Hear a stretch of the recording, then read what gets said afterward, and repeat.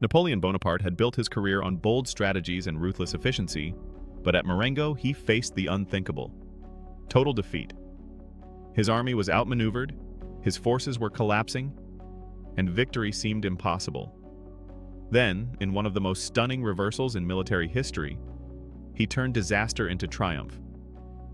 The Battle of Marengo wasn't just another French victory, it reshaped Europe's future. The high stakes of war. By 1800, Napoleon was still solidifying his grip on France. As first consul, he had taken power through a coup, but his rule was not yet secure. France was still at war with Austria, its greatest rival in Europe, and the fate of the war rested on who controlled Italy. If Napoleon could defeat the Austrians, he would cement his power and force a peace settlement on France's terms. If he failed, his enemies would grow stronger, and his rule could crumble before it had even begun. Determined to take the offensive, Napoleon planned a bold campaign. Instead of attacking Austria's main forces head-on, he took a risk, leading his army across the Alps in a daring maneuver designed to outflank the enemy. His goal was to cut off Austrian supply lines and force them into a decisive battle. It was an ambitious plan, but it came with enormous risks. The trap is set. On paper, Napoleon's strategy was brilliant.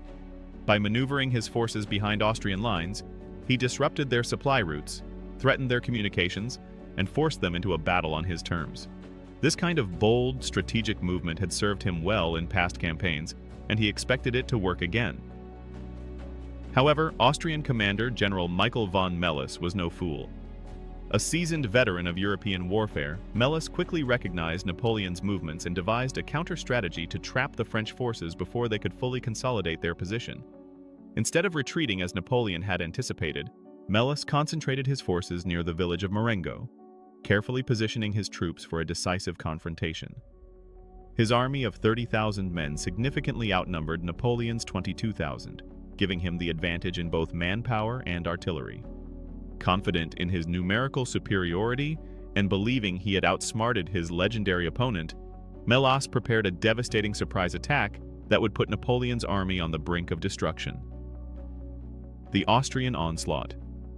At dawn on June 14, 1800, the Austrians launched a full-scale assault. The attack caught the French completely off guard. Thousands of Austrian troops stormed across the Fontenone River, smashing into Napoleon's front lines. The fighting was brutal, and the French were quickly overwhelmed. Napoleon scrambled to respond. His generals, including Louis Desailly and François Kellerman, tried to hold the line, but the Austrians had the advantage. As the morning wore on, French forces were pushed back mile by mile. By midday, the situation was dire. Napoleon's army was collapsing. Entire regiments were in retreat, and casualties were mounting. For the first time in his career, Napoleon faced the real possibility of defeat. If he lost Marengo, his entire Italian campaign could fall apart, and his political position in France would be in jeopardy. Desperate measures. As the French lines buckled under the relentless Austrian assault, Napoleon realized that his only hope for survival lay in reinforcements. Without hesitation, he dispatched urgent orders to General Louis Desailly, who was stationed several miles away, instructing him to march his troops back to the battlefield at once. But with the Austrian forces pressing forward and the French army on the brink of collapse, time was running out. Would Desailly arrive before it was too late? Meanwhile, Napoleon refused to stand idly by. Taking direct command, he rode along the front lines, shouting encouragement and rallying his soldiers to stand their ground. Though the battle seemed lost, he knew that if his men could hold out just a little longer, there was still a chance to turn the tide. A critical mistake. As the battle raged, General Melas made a fateful error. Believing the French were completely beaten, he withdrew from the battlefield, leaving his subordinates in charge. Confident that victory was already secured, the Austrians relaxed their assault, giving Napoleon a brief but crucial window to strike back. Then, at the perfect moment, Desailly arrived. His troops, though exhausted from their forced march, were fresh and ready for battle. Seeing the state of the battlefield, Desailles reportedly told Napoleon, "This battle is lost, but there is still time to win another." Napoleon immediately ordered a full counterattack, the French resurgence. Desailles' troops charged into battle with relentless determination, hurling themselves against the unsuspecting Austrian lines. The sudden assault caught the enemy completely off guard, disrupting their formation and throwing them into disarray. At the same time, General François-Étienne de Kellerman led a thunderous cavalry charge, smashing into the Austrian flanks with brutal force. Exhausted from hours of relentless combat, and convinced that victory was already secured, the Austrians were unprepared for this sudden reversal of fortune. Almost instantly, the momentum of the battle shifted. The Austrians, who had spent the day pressing forward with confidence, now found themselves on the defensive. Desailles' men pressed the attack, cutting through enemy ranks with bayonets and musket fire, while Kellerman's cavalry continued their rampage, trampling through retreating troops and spreading panic. Within hours, the Austrian army collapsed, abandoning their positions and fleeing in utter chaos. The death of Desailles.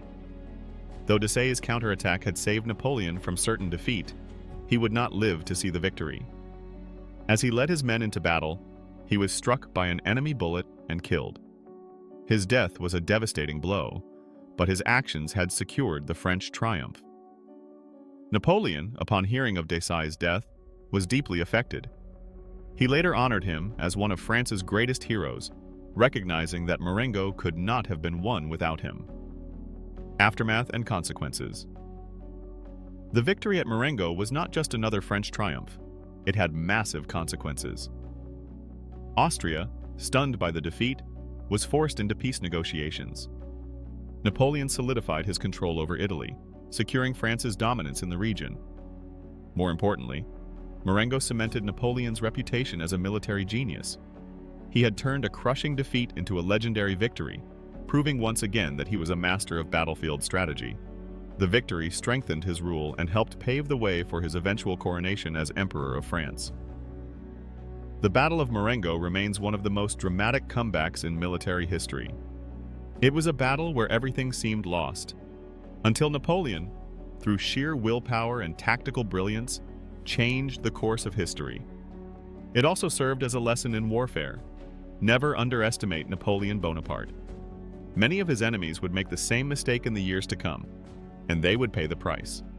If you found this video informative, please give it a thumbs up, share it with friends, and don't forget to subscribe for more content like this.